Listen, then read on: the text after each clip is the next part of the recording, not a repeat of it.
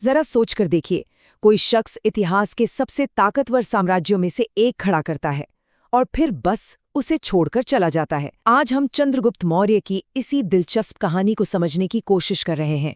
एक ऐसे शासक की कहानी जिसका जीवन जितना शानदार है उतना ही रहस्यमयी। अब देखिए, चंद्रगुप्त के बारे में एक बात तो साफ है कि ज्यादा कुछ साफ है ही नहीं। जो भी हम जानते हैं वो कहानियों और मिथकों में उलझा हुआ है। तो हमारी पहली चुनौती यही है, आखिर सच को अफसानों से अलग कैसे किया जाए।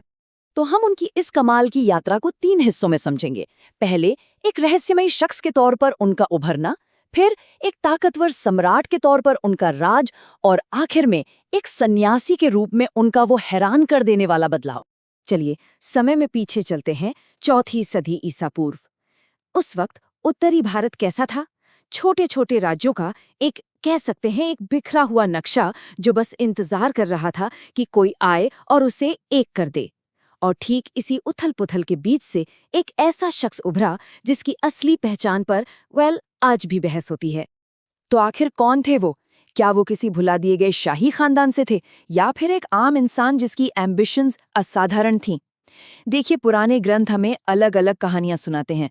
कोई कहता है कि वो क्षत्रिय थे, मतलब योद्धा वर्ग से, तो कोई कहता है कि अरे नहीं, उनका तो मूल बहुत ही साधारण था, और इसी वजह से उनका रहस्य और भी गहरा हो जाता है। खैर, उनकी पहचान जो भी हो, उनके रास्ते में एक पहाड़ जैसी चुनौती खड़ी थी। वो था शक्तिशाली नंद साम्राज्य, एक ऐसी जबरदस्त ताकत जिसका उस पूरे इलाके पर कब्जा था। 2 लाख पैदल सैनिक! जरा सोचिए, ये वो सेना थी जिसके बारे में कहा जाता है कि उसने दुनिया जीतने निकले सिकंदर की फौज को भी रोक दिया था। और इसी ताकत से भिड़ने का इरादा था चंद्रगुप्त का। तो सवाल ये उठता है कि ये हुआ कैसे? इतनी बड़ी ताकत को कोई कैसे हरा सकता है? इसका जवाब छिपा है उनके 2 शानदार फौजी अभियानों में, और उनके पीछे जो मास्टरमाइंड था, यानी चाणक्य। ये कोई छोटी मोटी लड़ाई नहीं थी। लगभग 1 दशक तक चले एक भयंकर युद्ध के बाद आखिरकार चंद्रगुप्त की सेना ने नंद साम्राज्य के दिल, यानी उनकी राजधानी पाटलिपुत्र को घेर लिया, और बस इसी के साथ एक साम्राज्य का सूरज डूब गया। लेकिन चंद्रगुप्त की भूख अभी शांत नहीं हुई थी। अब जब उत्तर भारत उनके कब्जे में था, तो उन्होंने अपनी नजरें पश्चिम की ओर घुमाई और एक और बड़े दुश्मन को चुनौती दी, सिकंदर महान का उत्तराधिकारी सेल्यूकस। और यहीं पर चंद्रगुप्त की असली प्रतिभा देखने को मिलती है। वो सिर्फ एक खूंखार योद्धा ही नहीं थे, बल्कि एक बेहद चतुर डिप्लोमाट भी थे। उन्हें पता था कि कब तलवार उठानी है और कब बातचीत से काम चलाना है। सोचिए, उनकी जीत इतनी जबरदस्त थी कि उनके पुराने दुश्मन ने उन्हें 500 युद्ध हाथी तोहफे में दिए। और मजे की बात यह है कि यही हाथी बाद में खुद सेल्यूकस के लिए एक दूसरी लड़ाई जीतने में काम आए। क्या कमाल की बात है! देखिए, एक साम्राज्य बनाना एक बात है, पर उसे चलाना वो बिल्कुल अलग कहानी है। तो चंद्रगुप्त ने ये कैसे किया? जवाब है, उन्होंने प्राचीन दुनिया की सबसे बेहतरीन और सबसे ऑर्गेनाइज्ड सरकारी मशीनों में से एक बनाई। राजधानी के शाही महल से लेकर दूर दराज के छोटे से गांव तक मौर्य साम्राज्य एक फाइनली ट्यून्ड मशीन की तरह काम करता था।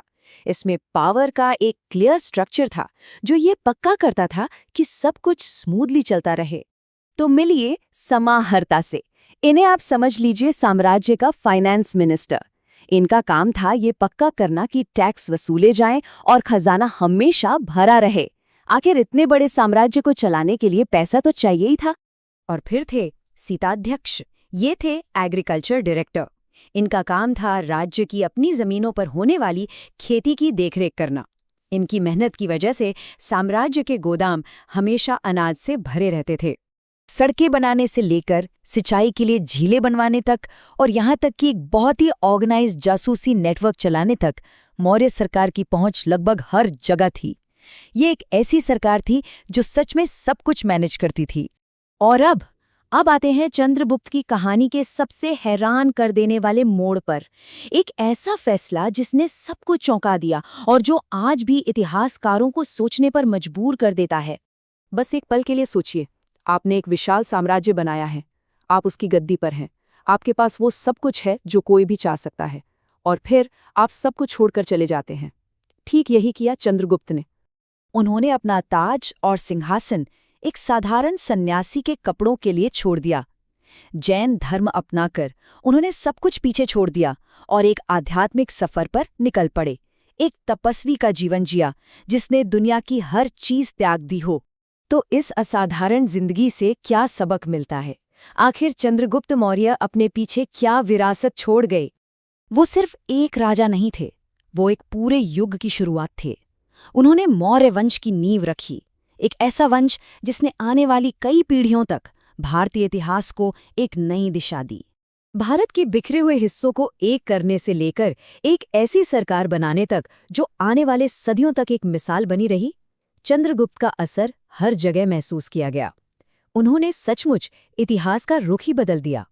और शायद उनकी सबसे बड़ी विरासत वो जमीन नहीं थी जिसे उन्होंने जीता था, बल्कि वो नींव थी जो उन्होंने रखी थी। एक ऐसी मजबूत नींव जिस पर उनके पोते अशोक महान जैसे शासकों ने एक और भी शानदार इमारत खड़ी की। और इसी के साथ हम वापस उसी सवाल पर आ जाते हैं जहां से हमने ये सफर शुरू किया था। कोई इंसान जो दुनिया जीत लेता है, वो उसे छोड़ कैसे सकता है? चंद्रगुप्त मौर्य की कहानी शक्ति की, त्याग की और इंसान की उस कभी न खत्म होने वाली आध्यात्मिक खोज की कहानी है।